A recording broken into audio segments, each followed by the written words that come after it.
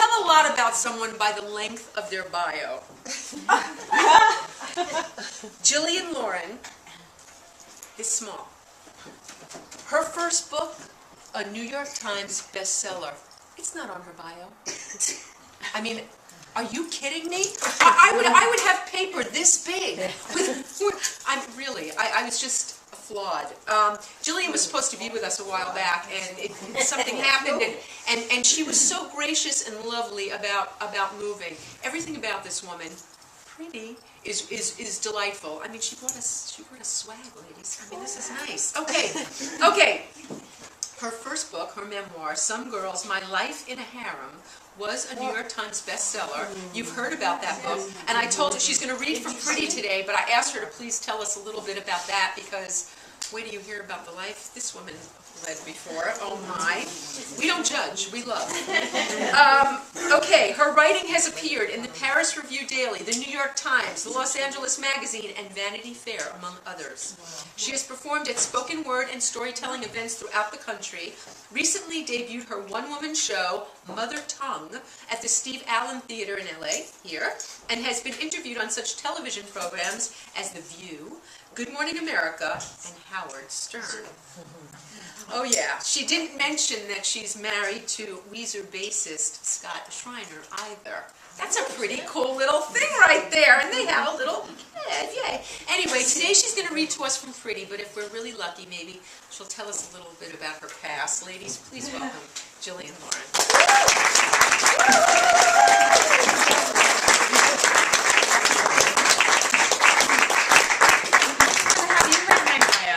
Great. Thank you. Sure, I'll tell you a little bit about the memoir. I'm going to read from my novel, which is the book that just came out. It's a work of fiction. But I did also write, I wrote a memoir that came out a couple of years ago. It's called Some Girls, My Life in a Harem. And it is about my experience as a teenager as the mistress of the Prince of Brunei in Southeast Asia. And it's true.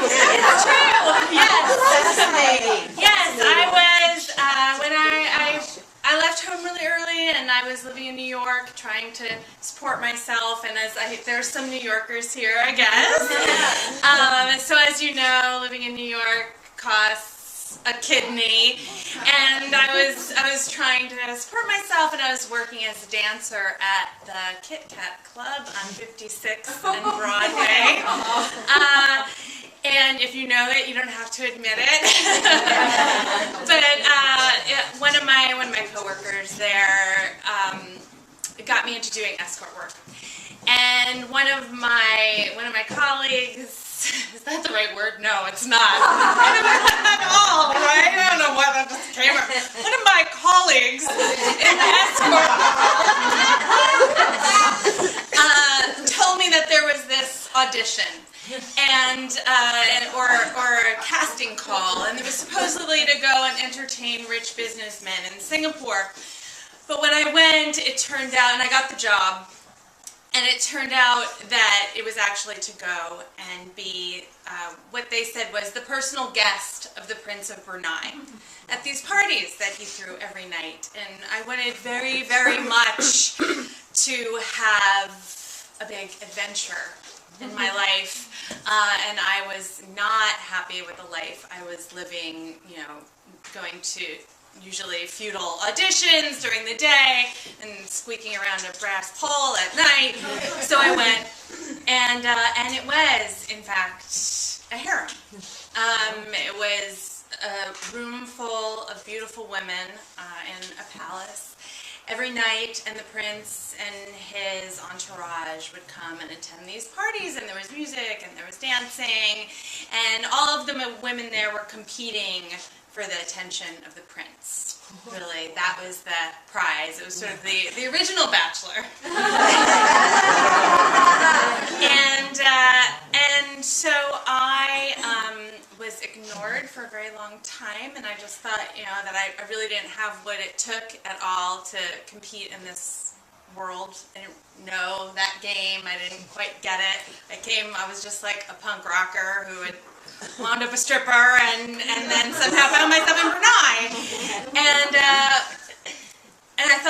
going to be it, and I was going to be going home. And right before I thought I was going home, I found myself spirited away from the palace in, a SUV with tinted windows and taken to this office building in the capital city, where I waited for a very long time, and eventually the prince showed up.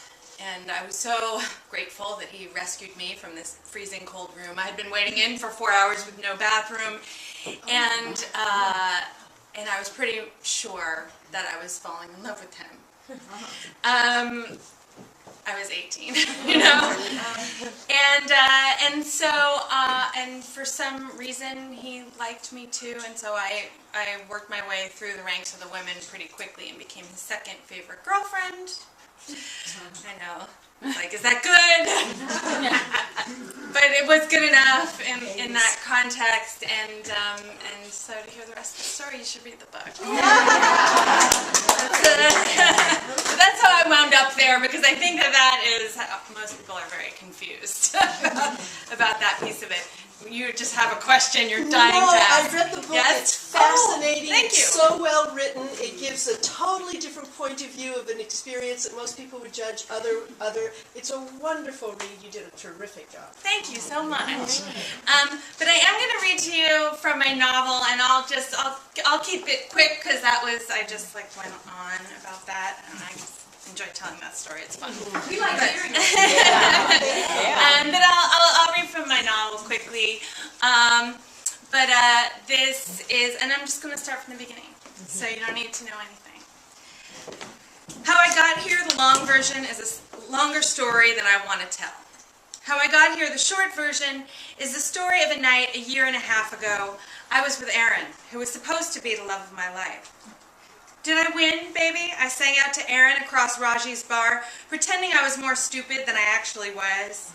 We had landed in LA 6 months before, and that was when I really started laying on the dumb routine.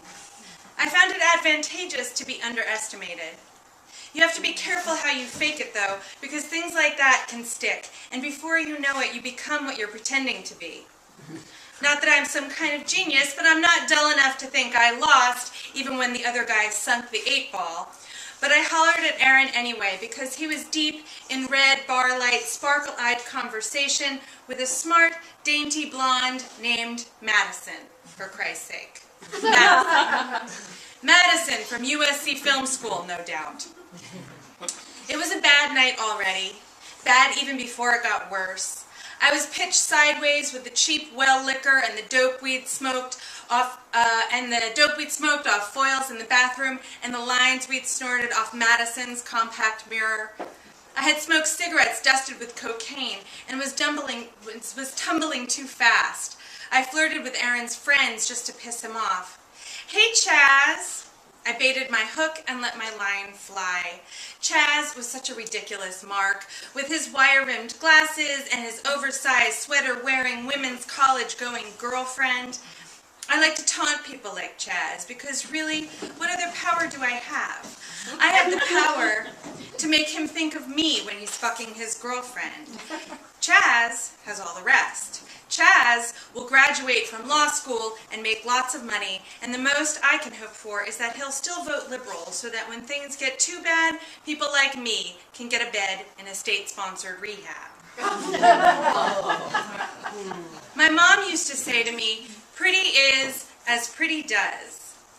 She's like the fucking cliche almanac, my mom. But she was pretty too. Prettier than me even, because she wasn't as tall and broad in the shoulders as I am.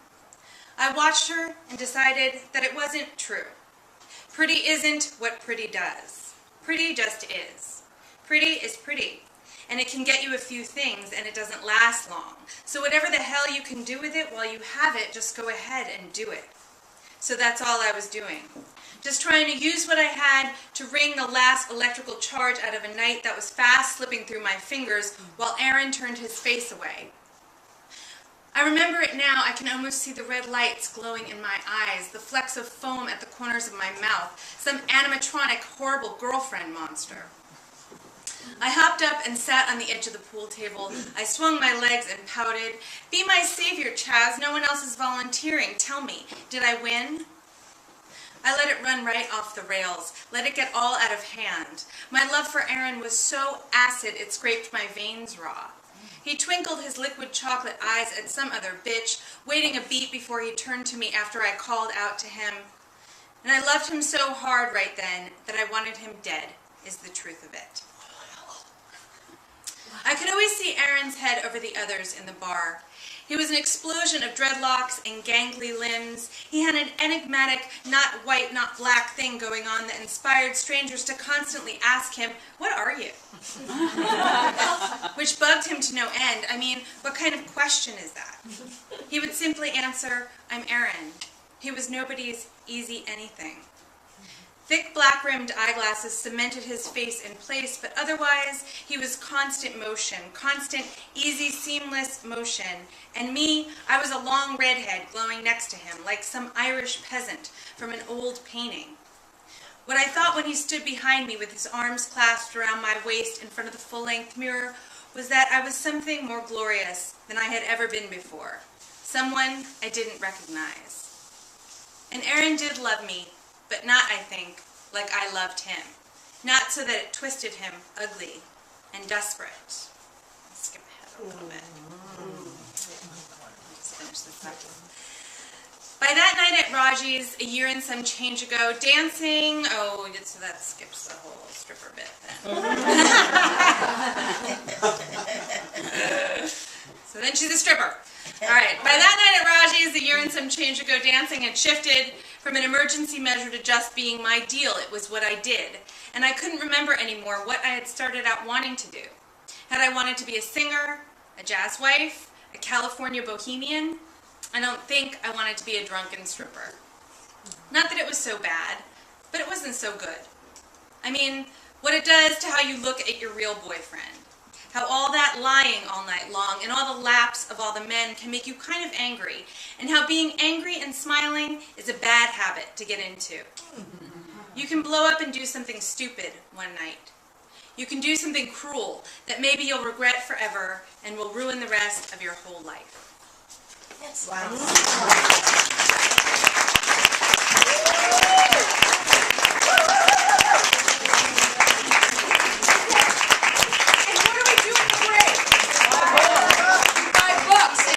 And Jillian has some pretty with her, so she has necklaces to give you, and then she has books for you to buy. And that was wonderful, wasn't it? Yeah. Another hand for Jillian Lauren.